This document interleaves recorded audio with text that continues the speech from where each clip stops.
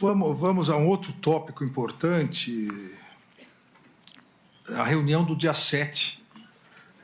Na verdade, as reuniões antecedentes e depois a reunião do dia 7 de dezembro.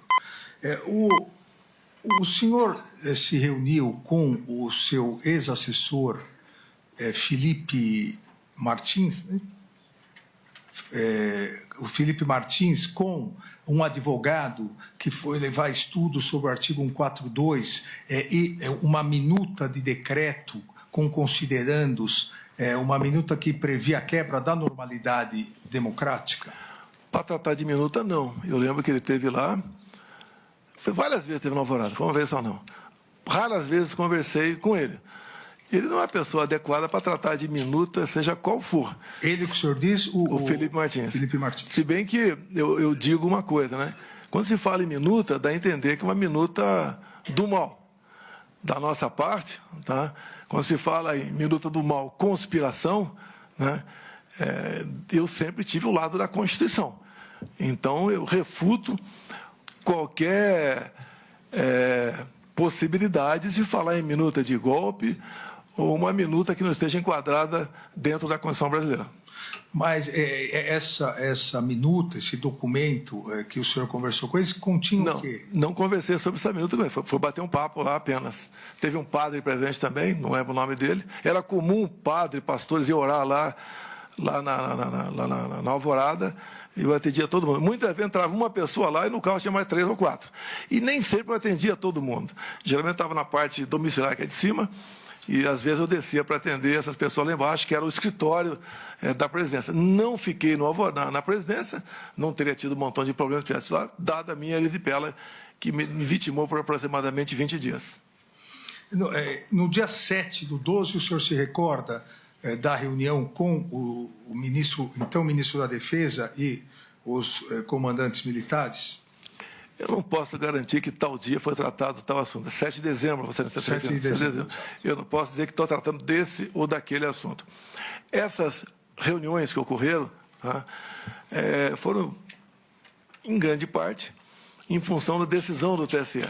Quando nós peticionamos o TSE sobre possíveis vulnerabilidades, no dia seguinte, não foi acolhido, não se discute nada mais além disso, e nos surpreendeu uma multa de 22 milhões de reais.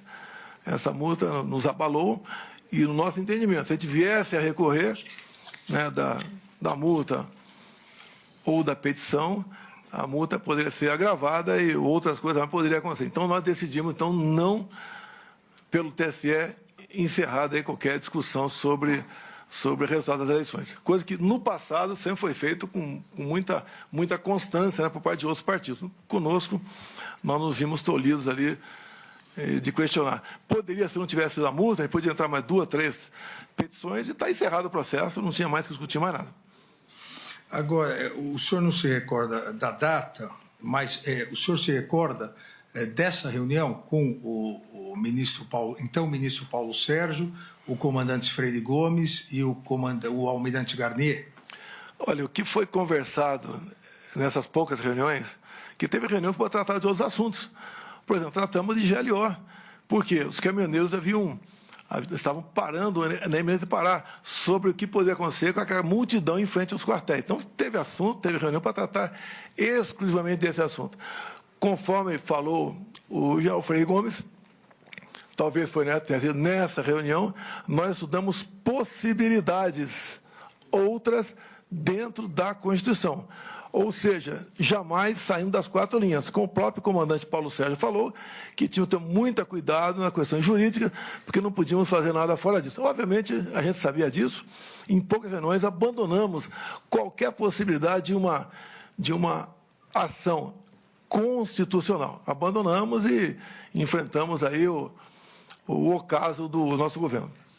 O réu colaborador, Mauro Cid, diz que ele estava presente na reunião com o senhor, com o assessor Felipe Martins e, como o senhor lembrou também, numa das reuniões, um padre estava presente E nessa reunião foi-lhe apresentado uma minuta, um documento com vários considerandos e algumas previsões, e o senhor teria, aqui entre aspas, nos termos utilizados pelo réu colaborador, o senhor teria enxugado essa minuta, esse documento, tendo feito algumas alterações. O senhor se recorda disso? Eu queria ter acesso a essa minuta. A minuta está nos autos. Mas não tem um cabeçalho e nem um fecho. Deve ter os considerandos ali apenas. Tá? Isso foi colocado numa tela de televisão e mostrado de forma rápida ali. Mas a discussão sobre esse assunto já começou sem força, de modo que nada foi à frente. A ideia que alguns levantavam seria um estado de sítio, por exemplo. Até ouvi o ministro Fux questionando o coronel Cid aqui, se foi assinado ou não. Estado de sítio, né, como reza a nossa Constituição. Primeiro, o senhor tem que ter um fato, obviamente, né?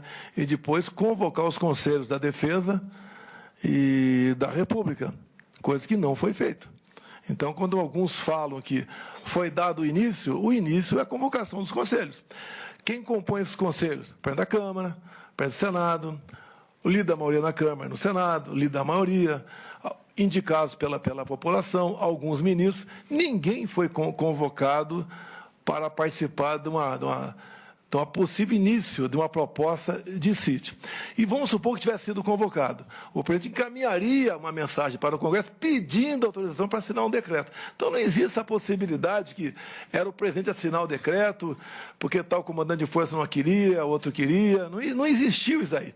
O que existiu na prática foi, como nós fomos impedidos de recorrer ao TSE com preocupação de uma penalidade mais alta do que ocorrida aquela de, se não me engano, 23 de novembro, nós buscamos alguma alternativa na Constituição e achamos que não procedia e foi encerrado. Agora, em função disso, apesar dessas reuniões, a não ser essa do dia 7, talvez aqui, todas as demais serem reservadas, eu, minha defesa e 2 ou 3 comandantes, as ilações, o que estava tentando tratar lá dentro, corria solto. Então, a gente lamenta as ilações, mas em nenhum momento eu, minha defesa ou os comandos de força, sequer pensamos em fazer algo ao arrepio da lei ou arrepio da nossa Constituição.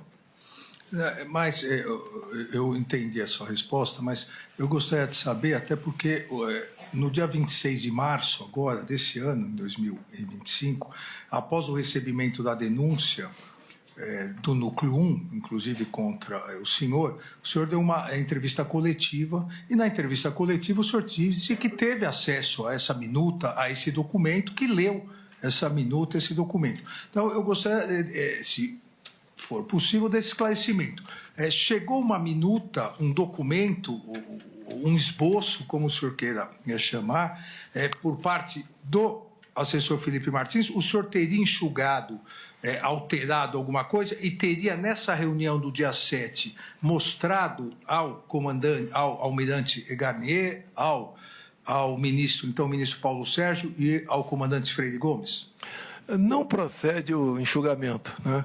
Tinha os considerandos. Tanto as informações que eu tenho que não tenho na fotografia do telefone do coronel Cid, não tem o cabeçalho, nem o fecho ali. Eu conheço muito bem o Felipe Martins. Se ele tivesse participado de qualquer coisa, eu saberia precisar aqui qualquer contato com ele. Não procede. Eu vi agora há pouco o advogado do Anderson Torres, doutor Demóstenes, falando que talvez tenha sido um coronel, citou o nome dele, que tenha passado aquela matéria lá. Então, eu quero isentar aqui, por questão de consciência, o Felipe Martins. Só o advogado do Anderson Torres é o doutor Novak, do almirante Garnier é o doutor Demóstenes. Eu me equivoquei, doutor Demóstenes do Garnier, desculpa. Mas, tirando aqui o Felipe Martins desse momento, mas nessa reunião o senhor mostrou ao comandante Freire Gomes algum documento, como ele disse. Foi passado na tela. Foi passado na tela. Os considerandos de forma bastante rápida ali.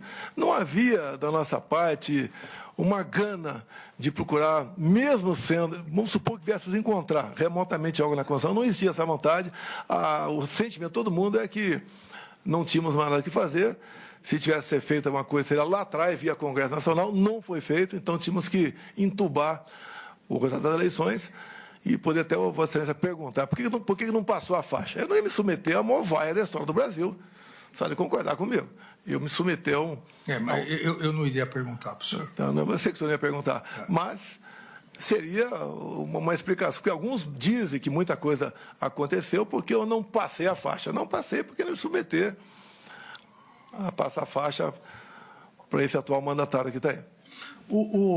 O comandante, o então comandante do Exército, Freire Gomes, disse que em determinado momento, ele disse no inquérito da Polícia Federal e depois, quando reperguntado por mim em juízo, ele disse que em determinado momento ele foi obrigado a dizer ao senhor que se as medidas de exceção fossem tomadas, ele teria, primeiro que o Exército jamais iria aderir e ele teria que tomar providências. Isso ocorreu? Não, nem tomar providência, também entender é internar quem tivesse com uma intenção dessa natureza. As Forças Armadas, missão legal dada é missão cumprida. Missão ilegal não é cumprida. Agora, em nenhum momento, como vi depois nos autos, alguém me ameaçou de prisão se prosseguisse naquela missão. Até eu repito aqui, o meu tratamento, não só com o Ministério da Defesa, com todos os comandantes de força, era semelhante de companheiros de turma da academia.